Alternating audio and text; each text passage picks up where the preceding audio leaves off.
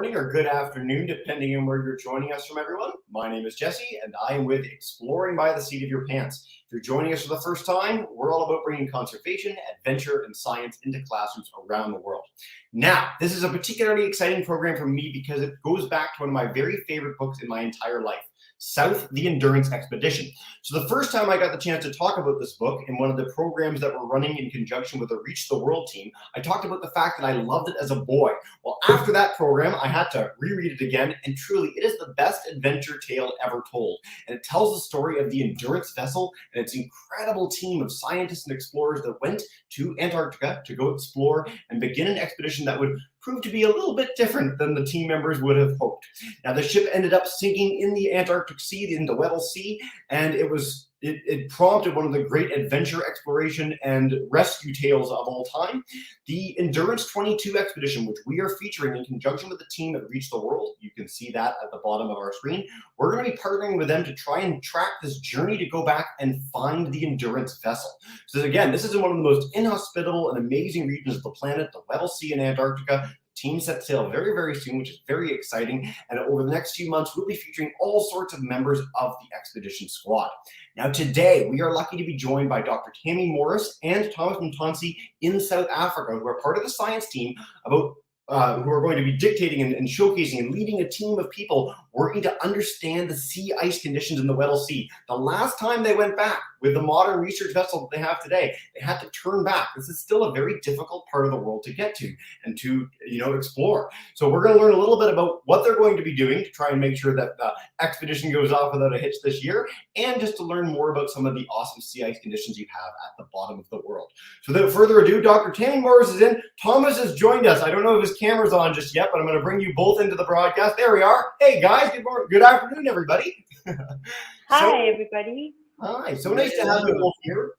And Tammy, I know you have a PowerPoint already set up, but however you guys want to share your story today, I'm excited to get underway and then dive in with questions when you're done. Okay, so good morning, everybody. My name is Dr. Tamaryn Morris. I'm just going to give you a brief overview of some of the instruments that we're going to use down in the Weddell Sea for our experiments. And then we're going to hand over and actually talk about how we're going to do things and what else we're going to be doing besides deploying instruments. And Thomas is going to tell you a bit more about how we interact with schools in South Africa. So I don't know if you're all aware, but some of the instruments that we use are called Argo floats, and hopefully you can see my screen now, and you can see various different types of Argo floats. So these are fascinating instruments. They're actually robots. So we deploy them into the oceans, and they travel through the oceans by themselves for up to 5-6 years, and they profile the oceans, and I'm going to show you how they do that in a little bit. But you can appreciate that they're all different sizes. These round ones in the middle, they're the ones that can go down to 4,000 or 6,000 meters, so nice and deep, getting all that deep water information. And the taller ones at the top are the core ones, which travel down to 2,000 meters. So the important thing is, why do we study the ocean? Why is the ocean important to study? And not just for exploration, which is what this cruise is going to be doing, but we also need to understand it from a scientific point of view. And it's very important for us to understand how the ocean works for climate change, in terms of food. We rely on the ocean heavily for some protein and food.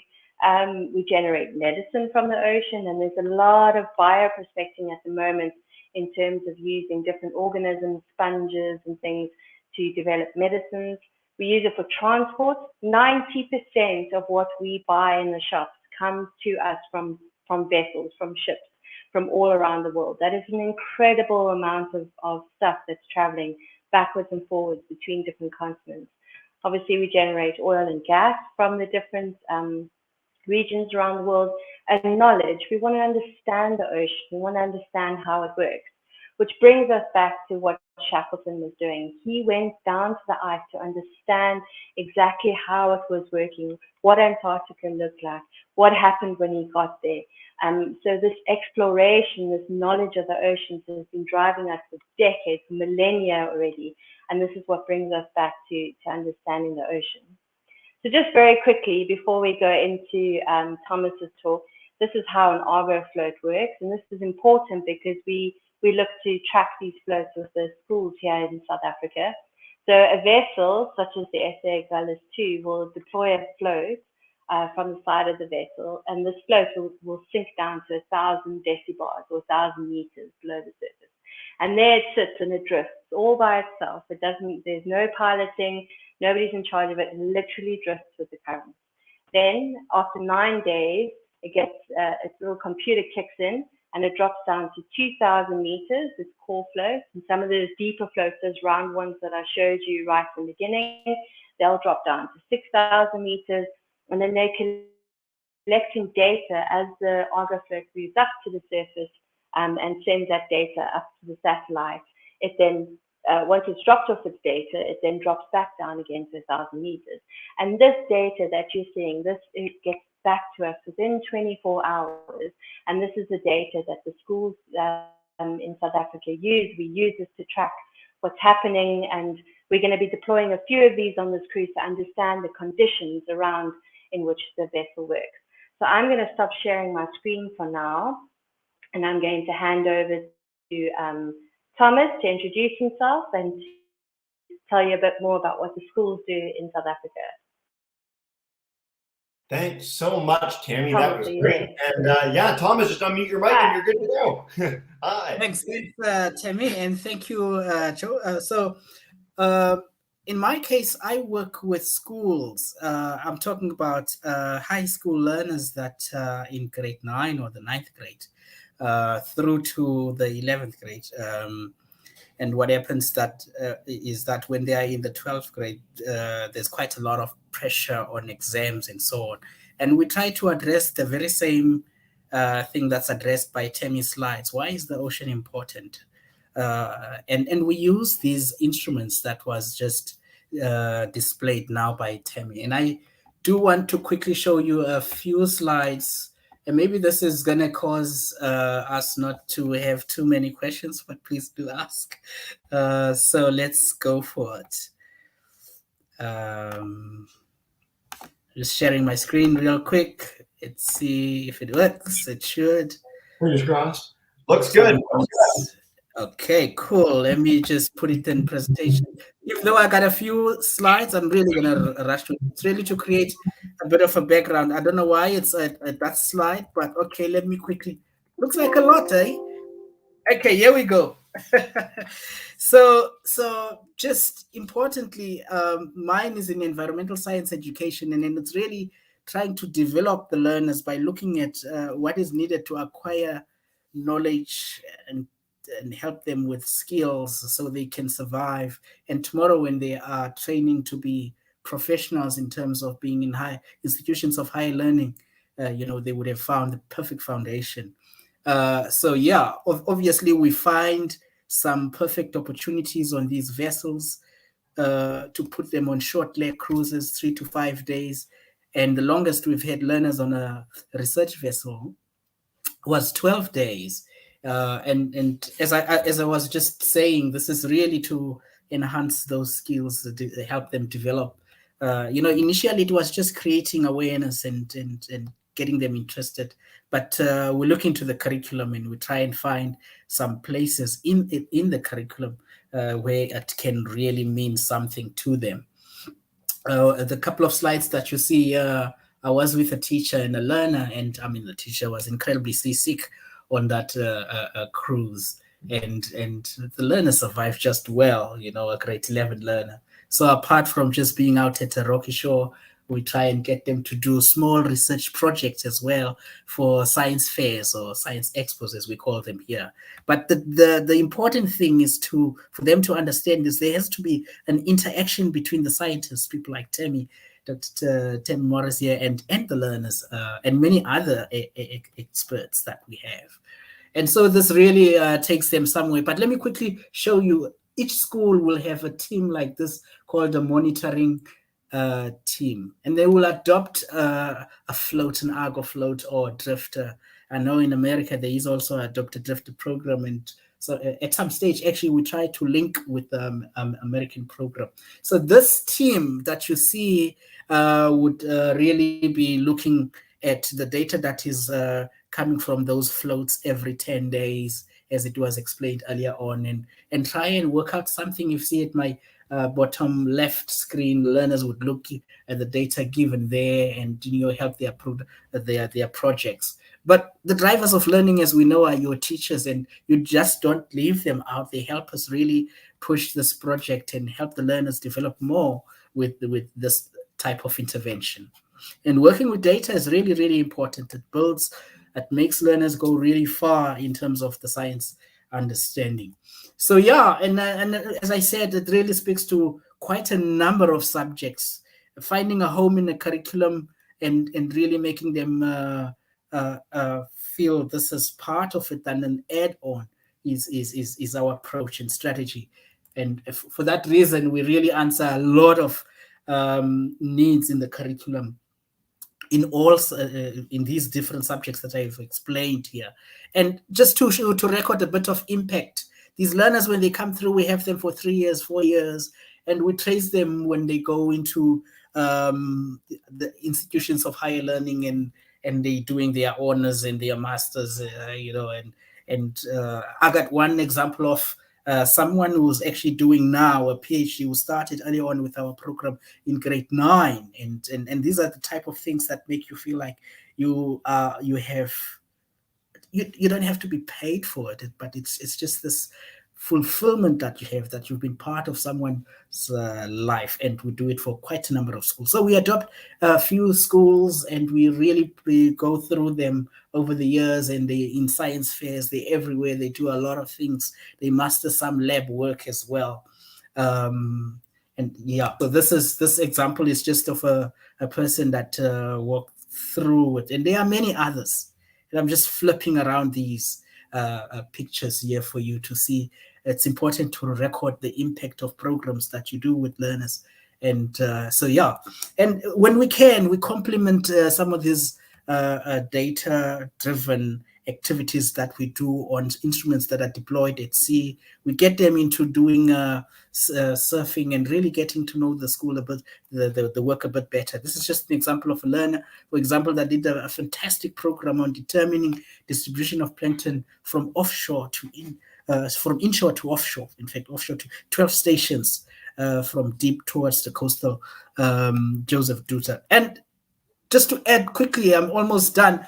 When we're hit by COVID, we looked at ways of doing this virtually, as all the people around the world have been doing, trying to build online resources, getting learners to use their cell phones, and still connecting on Argo floats. And what has happened in South Africa is that a new marine science curriculum for high school was put in place, and so we've built these resources using that curriculum. So as marine science becomes part of what a high school learner must do, we were there. We used the opportunity during in the pandemic and try to connect with learners and work with them through and through it. We got the help of some of the third year students in marine science, getting them involved, getting them to really do something with the curriculum here. So I'm just really flipping through real quick so that you can see. And we put things, this link you could just send on WhatsApp, and the learner can get in and do something with the resources, develop the activities on Argo floats and so on. That's my story, real quick. Thank you. Thomas, that was great. You guys were so fast, both of you. And I wish I went to school in South Africa. This sounds amazing. Oh, well, a little too late now. So guys, this is a really rapid fire description of some of the work that you get to do on a day-by-day basis and lead into this amazing expedition. For our groups joining on YouTube, if you want to share questions in the chat bar, I'd love to take your queries. Miss Forsyth's class will come to you guys live in a minute. You can let me know in the chat if you have any questions, but I have some of my own to kick us off. So I'm so curious. Thomas, for you, you mentioned really briefly connecting with American classrooms. Do you connect South African groups with American Canadian groups? Because we'd love to help set that up. That would be a lot of fun with high school groups. That would be, yeah. Yes, some time ago, as we formed the Adopt a Float program with Argo floats, we were looking for more, and the Americans were already running adopted drifter program, and we have Tammy, and Tammy may not have said she actually works for the Weather SA, and she'll talk more about it. Through all the drifters that are deployed, this was ideal because these were deployed in the Agulhas Current, which is a current just adjacent our country, and such an important current. And it makes sense for us or the learners to study something very relevant, but to team up with classes in America and elsewhere to say, how do you use this if you also use it? The only challenge with this was the time difference. At some point, we had to work with a scientist to help us, and then she could present to us in her pajamas while the kids were in class, formal class. So those are some of the but sharing the experiences are always great between classes. And those that program lasted over a few, in fact, a year and a half or so. We need to rejuvenate and get that back on with more classes. I'm going to email you when we're done this broadcast. We'll find a way to make that happen, because that'll be a lot of fun. Cool. One quick school follow-up, I guess. By the way, really quickly, you mentioned the Agulhas Current, and my favorite 1 hour of natural history documentary ever in my life, and I live for this stuff, was about the sardine run that goes up the east coast of South Africa. Yes. So I know we're talking about oceanography today. I know we're talking about Antarctic expeditions. Everyone, when they're done, should look up the sardine run. There is nothing more amazing in all of the natural world, period. Amazing. Nothing. Yeah. To these ships, you take students and teachers, seasick teachers, out on the ships. How many voyages do you do like this? Like, is this something that happens all the time, or is this like a really special once-a-year thing? I'm just curious. Okay, so in our case, I started this quite early when I joined the organization that I'm working for, which is the South African Environmental Observations Network. And I was looking at how best can we really show how scientists work. These learners must have an opportunity to shadow a scientist in their workplace. If it's a laboratory, and if it's an opportunity at sea, let them see exactly what it is. Let's not just visit a ship, but let's also, if there was an opportunity to get to go to sea and have that feel. And that's unfortunately, the opportunities are not that many. Right. Could sway a few opportunities our way, put a few learners and teachers on board. But as it is, the work of scientists is something many of them want to get on and do real work on board, and it leaves very limited berths for us. We appreciate people like Dr. Tamaryn Morris and many others who know what the value of the science education program and these opportunities are, and they give us a couple of berths. And in the beginning, we had quite a few of them. We could even get 3-4 a year, and lately they've dried up. And then there was a dedicated Ask a Cruise that at one point Tammy was in charge of, and she would put us on there. Every opportunity we had when they were going out, we'll have some representation there. So it's not something that's very easy to get, but when we get them, we use it. I love this, and I love the mutual respect between the two of you. And also, in Canada, whenever we depict scientists, whenever you see them in media, it's always someone in a white lab coat, and they're looking at a beaker, and the liquid is blue, and they're going, "Oh yes, how cool!" And I mean, that's part of science, but it's a very small part of science. And so to highlight, this amazing work being done on ships, in labs, and in astronomy. I mean, you could pick any kind of science, and there's so much neat stuff going on. So what a cool opportunity. Tammy, you've been mentioned so much. I need to share a question with you. So you're highlighting these Argo floats, and they look very cool. Yes. And one of the questions we always get from high school students is, how much do they cost? So these look like very high-tech things. Is it expensive to make these happen, or what's going on? So we obviously they are quite expensive to build. In South African rand terms, they cost about 350,000 rand, which you're gonna have to do the math of that. It's about $50,000, I think. But we don't necessarily procure them ourselves. We deploy on behalf of other countries. So the Argo program is a group of countries that come together, as many countries as want to be involved. So I encourage everybody to go and Google search Argo program or argo.net and you'll find it. And so what happens is America will buy floats, and Canada will buy floats, Europe, Australia, many countries, but they can't always get to all the places to deploy the floats. So the beauty of South Africa is we have 3 massive ocean systems around us, 3 big currents. And so with our takeover cruises, we have, we look after Marion Island, which is in the South Indian Ocean, and Garth Island, which is in the South Atlantic, and then we've got a base on Antarctica as well. So our big vessel is going out to these regions once a year. So we actually deploy floats on behalf of other countries. We provide those opportunities to get floats into regions that are not well studied and not well instrumented at all. It provides a great opportunity because the more data you can get of the oceans, the more you understand the oceans, the more you observe and monitor the oceans on a regular basis. And COP26 is happening right now, and the UN Decade of Ocean Science is happening this decade. So this is going to become more and more of a topic for students, for the public, for everybody, hopefully. So the more you understand the ocean, the better it is.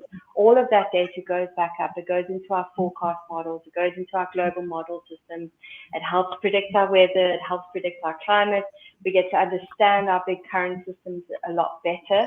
And so this is of value to everybody. So it's a global community that works together to deploy not only Argo floats, but satellite tracked drifters that stay on the surface of the ocean. And there's a number of ocean observing networks that globally we all are a part of, which is fantastic. So that actually led into a whole lot of other information, I realized. But students, if you go and look up things like this, you'll find so much information. It's wonderful. You mentioned argo.net. I want to bring that up for students. So on the bottom of the screen, if you want to check that out, you can actually do that. It's a really cool program, and I've been looking at it myself as you've been chatting about it. You also mentioned COP26. So, I mean, every student should know about this, of course. If you don't know about it, we've actually got a program coming up very soon with people live at COP26. So 2 women we've been featuring for months now. The Hearts in the Ice team that have been living in a remote cabin in Norway. They're at COP26, so we're going to be featuring them very soon. Tammy, I'm so curious. So they're in the water, they're assessing the currents. How far in advance can they assess conditions? So, I mean, I guess that the classic thing when we watch the Weather Network, you know, you see, okay, the forecast tomorrow, you sort of believe the forecast tomorrow. The forecast in 5 days, you're like, I don't know if it's going to be like that. When these are in the water, how far in advance can they give us a sense of what the conditions will be like?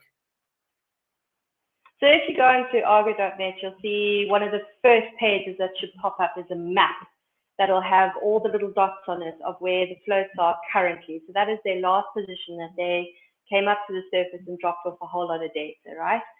So globally, there's between 3,800 and 4,000 floats in the water currently.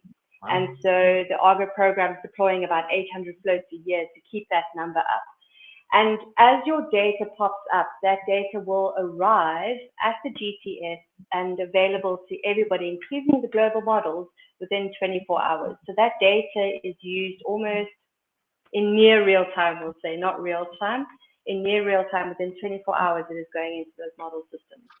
Cool. So yes, your 3-day forecast, your 5-day forecast are using that data. Again, check out argo.net, everyone. You'll see all that there, but I wanted to hear it from you personally. Guys, by the way, for our classes, if you're on YouTube, if you're live, don't be shy. Feel free to share questions. I know it's a little early for some of us here, but I have tons of questions, so I could go all day. So for you two, for both of you, are you going to be on the ship for the entire voyage south and then back? And how long is that going to be? And have you ever done anything like this? Thomas, I'll let you go first. I'm so curious what your experience is going to be once the expedition gets underway in earnest. So I've had my longest voyage to the south, being on an oceanographic cruise, first time, 42 days. And that was quite some time away from home, but it was also incredibly experiential. And I've since had shorter voyages Well, time at sea is always an incredible time, especially if you are part of what's going to be groundbreaking, or maybe just sharing quite a bit in terms of sciences that are being put in place. So yeah, it's always cool for me, Jesse. So how long are you going to be on Endurance from the time you get on till when you get back off and land in South Africa and are done? How far? So sadly, neither Thomas nor I are going, Oh, unfortunately.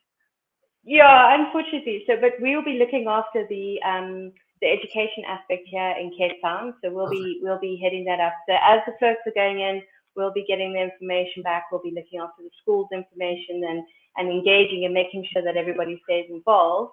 The cruise is 5 weeks. 2 of my team members are going, and unfortunately, because there's just so much that's happening, we couldn't make space for everybody. And sadly, still with COVID, there's big restrictions in terms of how many people are allowed to go to sea at the moment. But I believe the cruise is 5 weeks long, so 5 weeks away from home, which is a long time, as Thomas says. You come back from a cruise and you forget completely how the world works when you're driving in your car again, and when you're dealing with the shops again, because everything's just very different at sea. You struggle to fall asleep again because you can't hear the waves against the side of the ship. It's a fantastic experience. I wish everybody could go to sea at least once, just to experience it, not just to be doing the science, but to actually experience it. Absolutely. And I really appreciate that you both mentioned how long it is. A lot of people always romanticize the aspects of this, and it is. It's super cool. What an amazing opportunity to be on this ship, to be on any oceanographic research vessel. But it's not easy to just leave your house, leave your family, leave your world behind for a month, right? That's an important point, I think, that gets lost in a lot of our programs. So I really appreciate that you both mentioned that. Yeah. So with the education bit, I mean, this is what's so exciting about Endurance 22. There are literally, if not thousands, at least hundreds of people around the globe that are working to spread the message of this and highlight it and showcase it. For you both personally, as we come close to wrapping up our broadcast today, is there something that really speaks to you about this mission? Like, is there a reason that you're so happy to be involved personally with this program? I'm curious. Thomas, do you want to go first? Well, you could go, Tammy. It's fine. Do you want to go? You're both good. So for me, the biggest thing is being able to study a region that we don't often get to. So as I mentioned, I mean, we've got the global south is understudied, is severely understudied, correct? But if you go even further south of 40 degrees, and if you go towards the Weddell Sea area, there is almost no observations going on there. So part of our team are going to be looking at sea ice concentration and trying to understand how, when the ice melts, what it looks like, and to compare that to satellite imagery over that time period, so that we can assist ships that are going down to that area to help them figure out, what sort of ice conditions to expect and what sort of safety measures they should take. So for us, it's an incredible undertaking to be able to go and see an area and work in an area that you don't often get to at all. I am incredibly jealous not being able to go, unfortunately. But for me, but being a part of this expedition, even remotely here from Cape Town, is going to be an incredible experience. And to see the data that comes back from our floats, from the observations, from the photography that's going to happen, and of course the documentary and all of the exploration. Thomas? Yes, and I mentioned earlier on that we're breaking into bringing marine science to high school, and now there's a curriculum for it. While a few schools have started piloting this and it's been put in place, opportunities like this in any expeditions, voyages, and anything that we can do or link a classroom to see, it's incredible. And by virtue of being linked and associated with it, it's always a great thing to do, to make sure that ocean literacy, the acquiring of skills and just knowledge and skills, it's something that we push with every link we have. So this is really important. Thanks. I love both of your passion behind this. It's so exciting. And I mean, honestly, the fact that students nowadays can follow along with expeditions live like this and see what's going on and be involved and engaged in such a big way, whether it's oceans or deep sea exploration or the Antarctic or space. I mean, there's so much now that did not exist like 10 years ago when I was doing high school and then university. And so truly, what a fun time. I do encourage everyone to go to the Reach the World program on the bottom of the screen. You guys can check that out, see the Endurance Expedition, learn more about everything that's happening, see blogs, pictures, videos, and more. Certainly, of course, at Exploring by the Seat of Your Pants, we'll be doing many more programs with you two if you want to come back and join us anytime with more. Yes, of course. Cool. All right. Science and Expedition team. Thomas and Tammy, thank you so much for joining today, and I just really appreciate you taking part with us. Thank you for the pleasure. Thank you so much for having us. Thank you guys and have a wonderful day. Good luck with all the planning and we'll chat soon.